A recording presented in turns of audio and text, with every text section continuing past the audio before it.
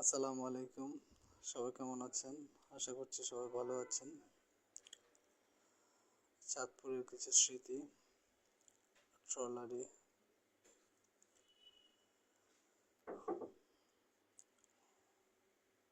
চাঁদপুরে এসেছি ইলিশ না খেলে নয়, তাই আমরা একটু ইলিশ নিয়ে নিয়েছি।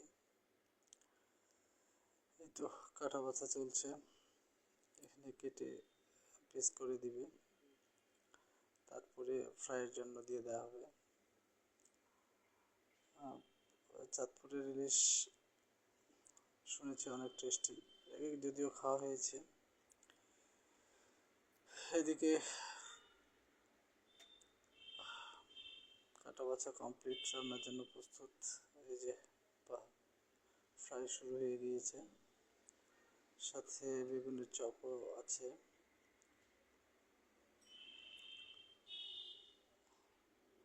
যেটা বলছিলাম যে এর আগে চাঁদপুরের ইলিশ খাওয়া হয়েছে, বাট সেটা অরিজিনাল ছিল কিনা সেটা সন্দেহ থেকে যায়।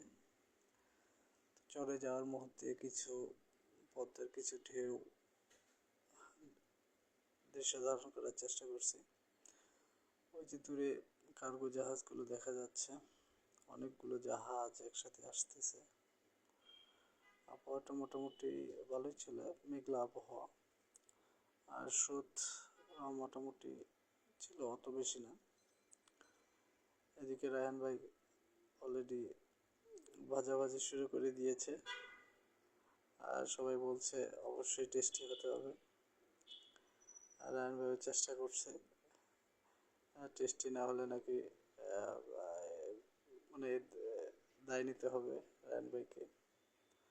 আমিও ওয়েট করছি, আমিও একটু ট্রাই করব, একটু এক্সপিরিয়েন্স নিব।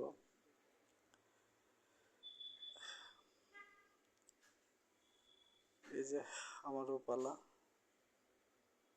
আমিও চেষ্টা করছি। আমাকে একই কথা বলা হচ্ছে, অবশ্যই টেস্টি হতে হবে। আমিও সবাইকে শিওর করতেছি অবশ্যই টেস্টি হবে।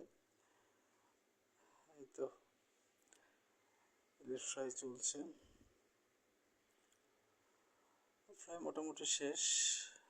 এই যে আর হচ্ছে মাছের যে মাথা মাথা দিয়ে ভর্তা বানানো হয়েছে। সব মিলিয়ে আমরা খাওয়ার জন্য এখন প্রস্তুত। এই খাওয়া শেষ করে চাঁদপুরের ঐতিহ্যবাহী 1 মিনিট আইসক্রিম না খেলে নয়। তো এই হচ্ছিল। সবাইকে ধন্যবাদ। আসসালামু আলাইকুম।